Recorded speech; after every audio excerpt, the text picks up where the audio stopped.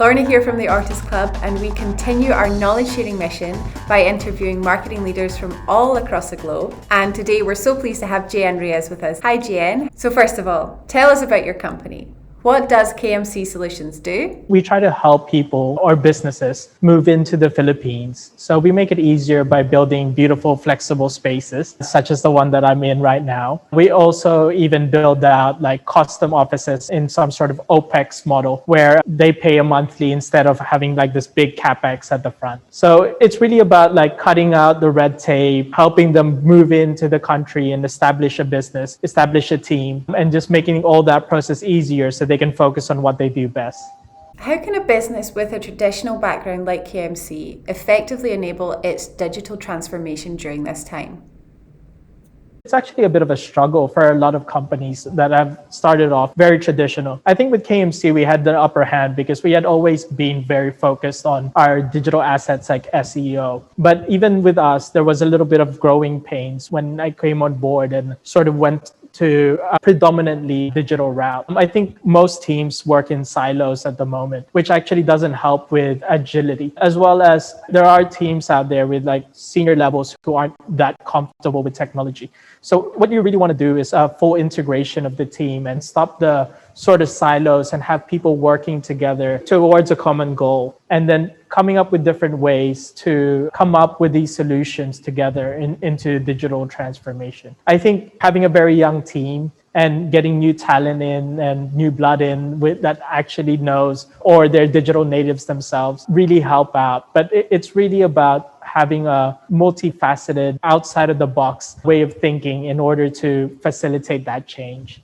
As we shift to digital marketing, some job functions have overlapped with one another. So with this, do you feel your team dynamics have differed recently?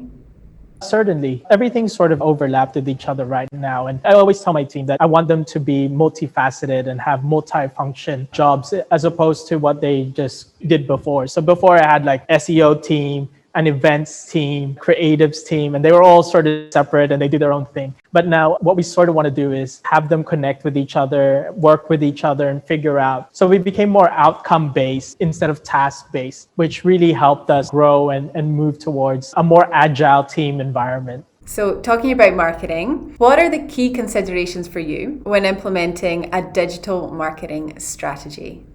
I think the success of the team has been about two things, really. It's been speed as well as experimentation. We want to launch fast so that we can get them on time because things change now at such a rapid pace. We've been faced with things like changes in privacy laws as well as changes in the regulations of each different country. What we want to do is to be able to implement fast, but also experiment so that you can figure out if it's working or not. We'd love to get your input on how you're using events to achieve your marketing goals. But what we want to know is, in your opinion, what sort of event opportunities are there today? There's certainly a lot of opportunities out there. And I guess with it being digital, the barriers to entry have actually been reduced to be able to hold events because let's face it doesn't cost us much anymore to hold these events. But there's also too much saturation. And there's something we like to call webinar fatigue. So I guess you really have to be a lot more creative with the topics as well as standing out from that crowd. But for us, we believe that in-person events, and especially with our business where it's spaces and we really want people to experience the spaces in person.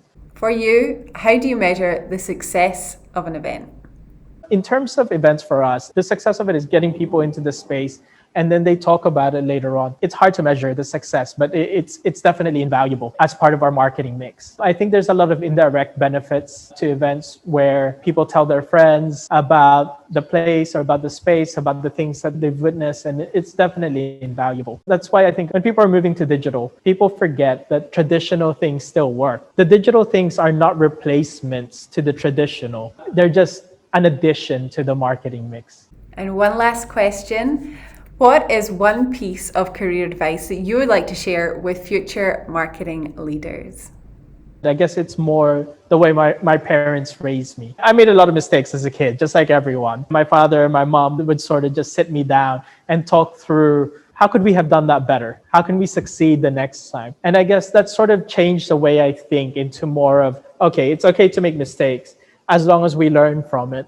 And that actually prepped me for this whole experimentation era of marketing. Thank you so much for your time, Gian. It was an absolute pleasure speaking with you today, and I look forward to our next catch up.